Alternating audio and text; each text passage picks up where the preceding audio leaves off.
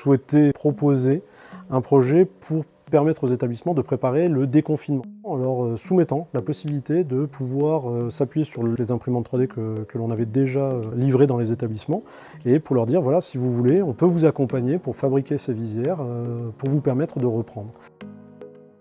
On a fait livrer à ces établissements des box. Dans la box, on a des bobines de matière pour les imprimantes, on a toute une série d'élastiques, on a fourni les transparents pour permettre de les placer devant, et puis surtout ce qui était intéressant, c'était de fournir l'accompagnement.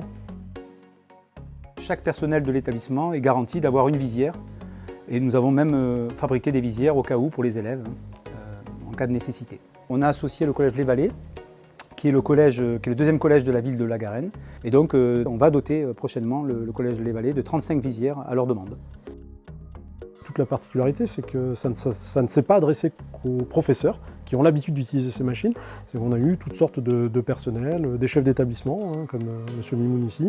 On a eu des agents de maintenance, on a eu des CPE, on a eu des gestionnaires, des secrétaires, des surveillants. En fait, toute personne qui, à un moment donné, a voulu se lancer dedans. Quand on a une imprimante 3D entre les mains, on peut très facilement d'abord y accéder. Ce n'est pas réservé à une caste de spécialistes.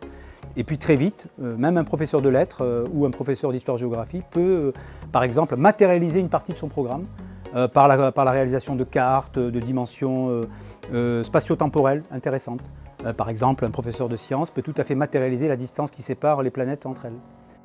Beaucoup d'établissements se sont très vite emparés aussi du projet en se disant bah tiens, on va réaliser des systèmes d'ouverture de portes sans avoir à les toucher, on va réaliser des systèmes d'attache pour les masques, on va réaliser... En fait, cette situation Covid que l'on a rencontrée en fait, a amené aussi les établissements, les makers, à se poser des questions autres et puis à essayer de proposer des solutions. Et les établissements en fait, ont souhaité utiliser ces fabrications pour se lancer, quoi.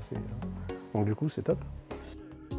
Est venue l'idée de former M. Martin, qui est notre agent de maintenance bâtimentaire, et qui du coup va fabriquer des petites pièces qui par exemple ne se fabriquent plus ou qui nécessitent une complexité particulière.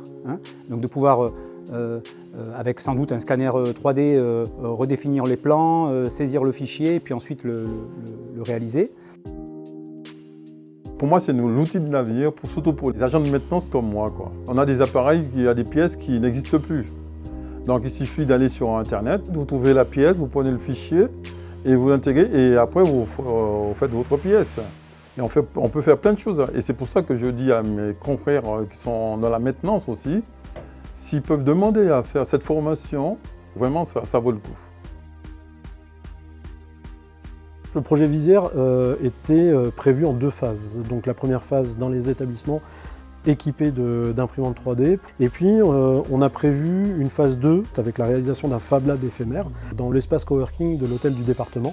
On va avoir une dizaine d'imprimantes 3D qui vont être montées, qui vont être utilisées, donc qui vont nous permettre de fabriquer, alors on a à peu près 300 visières qui nous ont été demandées côté collège, qui n'ont pas d'imprimante. Et puis on a des services du département qui nous ont également sollicité là-dessus, donc le pôle solidarité, la culture qui nous a également demandé des visières. Et donc on va, pendant un temps, donc une dizaine de jours, fabriquer à la demande un peu les visières pour permettre à chacun de pouvoir en bénéficier s'il le souhaite.